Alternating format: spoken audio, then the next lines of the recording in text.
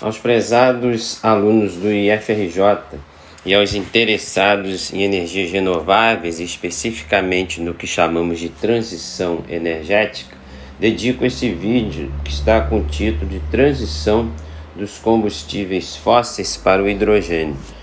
Essa imagem é bem representativa porque mostra um armazenamento de hidrogênio e mostra as duas energias que serão mais usadas no mundo para produzir hidrogênio a partir da eletrólise da água. Esses coletores de energia eólica que transformam a energia do vento, a velocidade contida na energia do vento, em hidrogênio, e aqui placas, né, de energia solar fotovoltaica.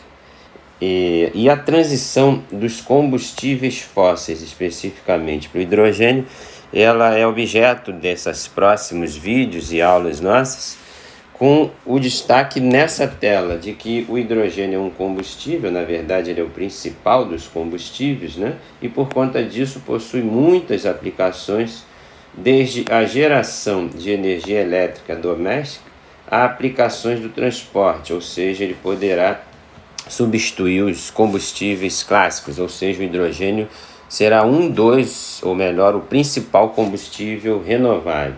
Ele também é uma alternativa para armazenamento de eletricidade renovável, vamos ver isso em próximas aulas, e usos em aplicações químicas e industriais, ou seja, o hidrogênio tem enorme uso na indústria, como, por exemplo, no refino de petróleo, e isso aqui interessa muito ao agronegócio brasileiro, como, por exemplo, na produção de fertilizantes.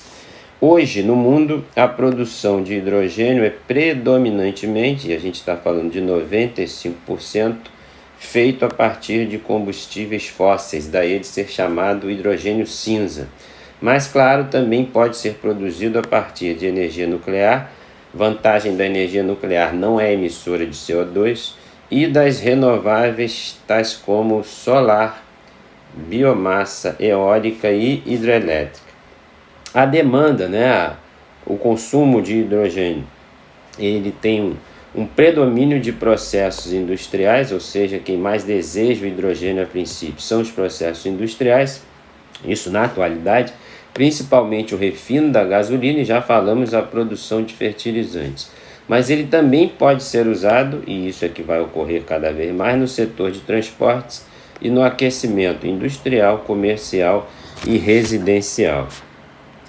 O hidrogênio, na verdade, vem no sentido de substituir o que em inglês se chama de greenhouse effect, que seria o efeito estufa, mas junto com o efeito estufa, o conceito de aquecimento global.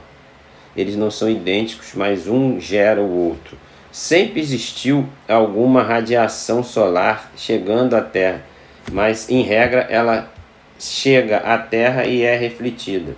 O que acontece é que com o excesso de gases de efeito estufa, a gente vai abreviar em português GE, maior parte dessa radiação é absorvida pela superfície da Terra e aquece ela e não retorna. Porque aquecer a superfície da Terra e retornar, ou seja, um 2V, essa radiação solar chegando na superfície da Terra e saindo, isso sempre aconteceu e é responsável por não termos um planeta gelado. O fato é que atualmente, por conta dos gases de efeito estufa, essa radiação chega e não sai, ela não sai do planeta, daí gerando a palavra estufa. Mas esses gases de efeito estufa, e eu falei no plural, são vários, Estão todos eles listados aqui. O destaque para os dois principais, o monóxido de carbono e o metano. E esse GWP, essa sigla GWP aqui no canto, ela significa exatamente significa exatamente Global Warming Potential, essa sigla GHP aqui em cima. E esse Global Warming Potential, ele varia aqui de 1 para o CO2 e 28 para o metano. O que significa isso? Que o metano é 28 vezes, metano, CH4, ele com GWP 28 significa que ele é 28 vezes mais gerador de efeito estufa do que o CO2, que se padronizou com GHP igual a 1. Pois bem, falo desses gases de efeito estufa porque eles são importantes na medida em que geram aquecimento global, mas eles provêm, né, principalmente do setor energético. E destrinchando, né, separando as partes do setor energético, o destaque para a energia que vem da indústria, né, ela é 25% das emissões de CO2 no mundo. Por conta disso, né, ou seja, dessa questão industrial, a gente destaca essa frase, né, que é regra no mundo. A principal causa das emissões de gases de efeito estufa, né, GEE em português, das emissões de gases de efeito estufa em todo o mundo, é emitida pelo setor energético. Essa é uma regra mundial. A pergunta é, no Brasil também? Né, a gente quer saber se no Brasil também as emissões de gás de efeito estufa é principalmente pelo setor energético, pelo setor industrial e genericamente energético. No Brasil também é assim? Vejamos. Então eu estou chamando isso de vantagem do Brasil nessa transição energética, que, em resumo, o que seria a transição energética? O desejo mundial de diminuir o aquecimento global, diminuir o efeito estufa e promover a transição energética, diminuindo as emissões, principalmente do CO2, vimos que o metano também, né?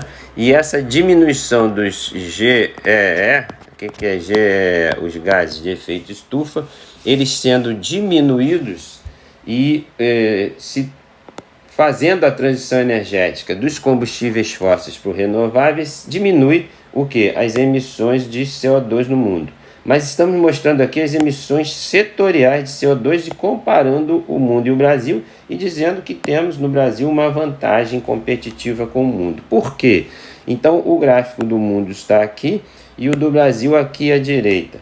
O que percebemos? Que em laranja, né, está o setor florestal e agropecuário. Perceba que é o grande do Brasil aqui. Os usos da terra é que são grandemente os emissores de CO2 e metano no Brasil, portanto, dos gases de efeito estufa no Brasil, em regra, a parte do Brasil, da economia brasileira, que é grande emissora, é o setor de uso da terra e florestal e agropecuário, né? Ao passo que no mundo, esse uso maior, né, essa geração maior de GEE, de gases de efeito estufa, é o uso da indústria, é o setor energético, principalmente o industrial e de transporte. Por que isso é vantagem para o Brasil? Porque é mais difícil trocar essa emissão de gases de efeito estufa no mundo do setor energético, isso é mais difícil de ser trocado, do que fazer um bom uso da terra e evitar queimadas, que é o grande gerador no Brasil dos gases de efeito estufa.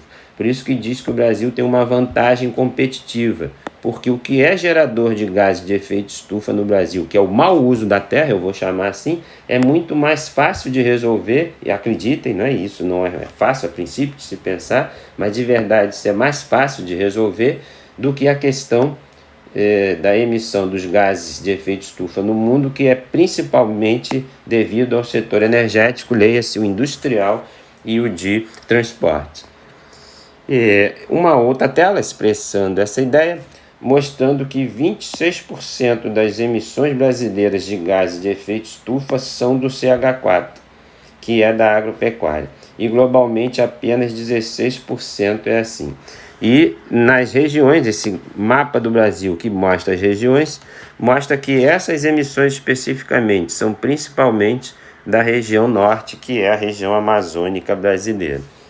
E aqui os gases principais estudados, o gás carbônico, o metano, o óxido de nitrogênio e outros. Mas claro, principalmente o gás carbônico e o metano. E eu agradeço o conhecimento que adquiri no curso do Ministério das Minas e Energia, em cooperação com esse instituto Alemanha, que abreviando em português GIS, tem esse nome aqui em alemão.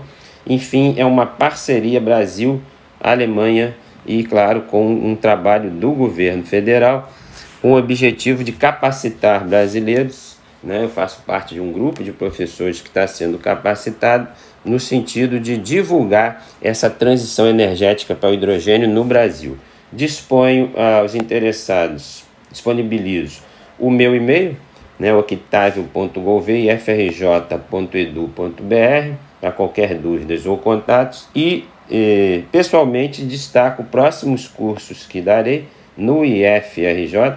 São cursos gratuitos, né, e online, com certificados do Instituto Federal do Rio de Janeiro, e eles serão dados na modalidade Curso Livre de Extensão CLE, no ano que vem, em 2023.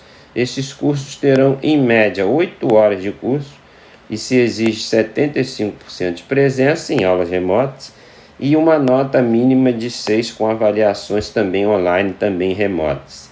A escolaridade mínima é um curso de nível médio, sendo cursado, né, cursando nível médio, ou cursando nível médio técnico, ou cursando nível superior. Os interessados nos dois cursos em 2023 enviar mensagens para esse telefone meu, 21 99251 1415. Os dois cursos previstos para 2023. Transição energética, curso de 8 horas, e combustíveis renováveis, curso também de 8 horas. Sejam bem-vindos e um abraço a todos.